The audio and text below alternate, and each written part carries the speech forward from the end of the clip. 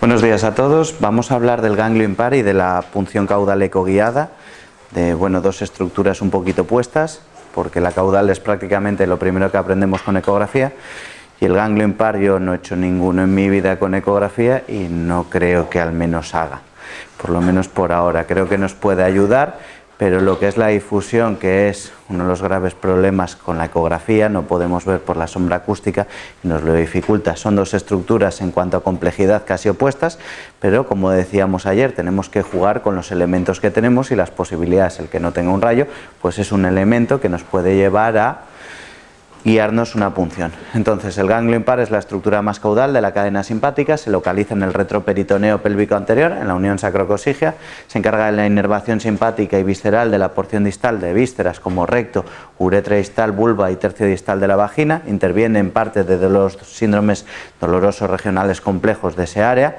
¿vale? Muchos de esas punciones que acabamos haciendo en el pudendo y situaciones, dolores pélvicos y dolores perineales crónicos, es un gran elemento para bloquear, hacer un bloqueo diagnóstico y comprobar si nuestro paciente mejora de manera adecuada. Este tipo de bloqueo está indicado pues en dolor perineal crónico, en dolor de origen nececeptivo, en situaciones como dolor neuropático por un síndrome regional complejo, una lesión nerviosa o por inversión perineal por una situación como un tumor, ¿vale?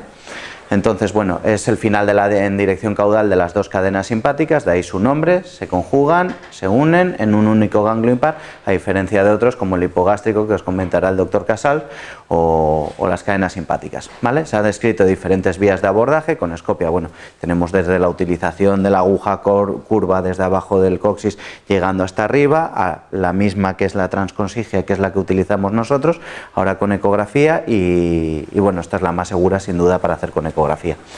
El abordaje ecoguiado lo que busca es localizar la membrana sacrocosígea y introducir la aguja a su través. Entre las principales limitaciones, como sabéis, es la obesidad del paciente y sobre todo el hecho de que al tener una sombra acústica posterior pues no vemos la profundidad. Tendremos que ir con pérdida de resistencia y con mucho cuidadito para no puncionar la ampolla. En muchos lugares lo que hacen es incluso una preparación del paciente como si se le fuera a hacer una colonoscopia con el objetivo de que eso esté menos relleno, ¿no? Con el fluoroscopio también se hace con el objetivo de no tener que visualizar tanto aire, ¿vale?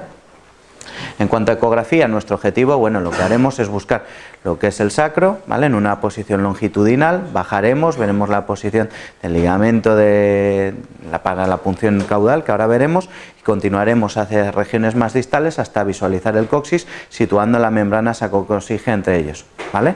Y ahí será nuestro abordaje con el objetivo de ver lo que son las dos estructuras óseas para meter la aguja o bien con un plano muy oblicuo o bien fuera de plano con una pérdida de resistencia con aire, con una TUEI. El hecho de no tener el contraste no nos permite tal vez hacerlo pues con una aguja como lo podríamos hacer con una espinal, con fluoroscopio. Yo os aconsejo que en este caso lo hagáis con una TUEI y con la pérdida de resistencia.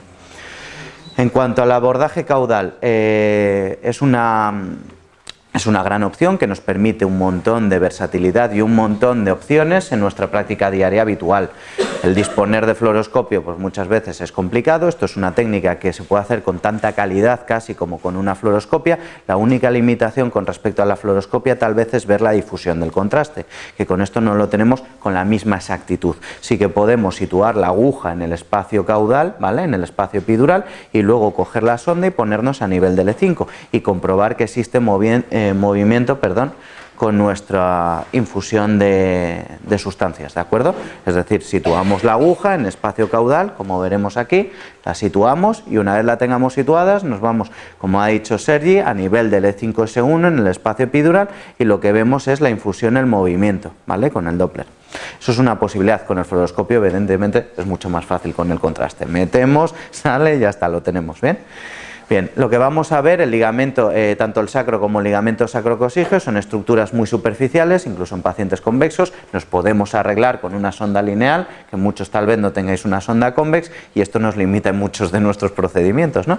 Se ha demostrado, no se ha demostrado que el gel sea una estructura, un elemento que podamos infundir y menos en una estructura como es el espacio epidural, que como sabéis es muy noble. Entonces este tipo de procedimientos, en la medida de lo posible, suero fisiológico, ¿vale? igual que a nivel caudal, suero fisiológico con el objetivo de proporcionar una ventana acústica lo suficientemente buena, ¿vale? ¿Qué vamos a ver? Bueno, en una visión transversal lo que vamos a situar son los cuernos sacros, la típica imagen de ranita que nos han dicho varias veces.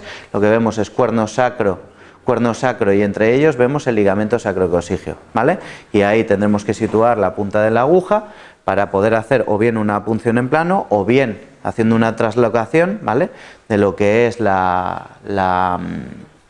sonda longitudinal, que veremos esto, que es el hueso ilíaco, el sacro, ¿vale?, con el ligamento sacrocosigeo y nos introduciremos la aguja hasta con una pérdida de resistencia alcanzar el espacio epidural.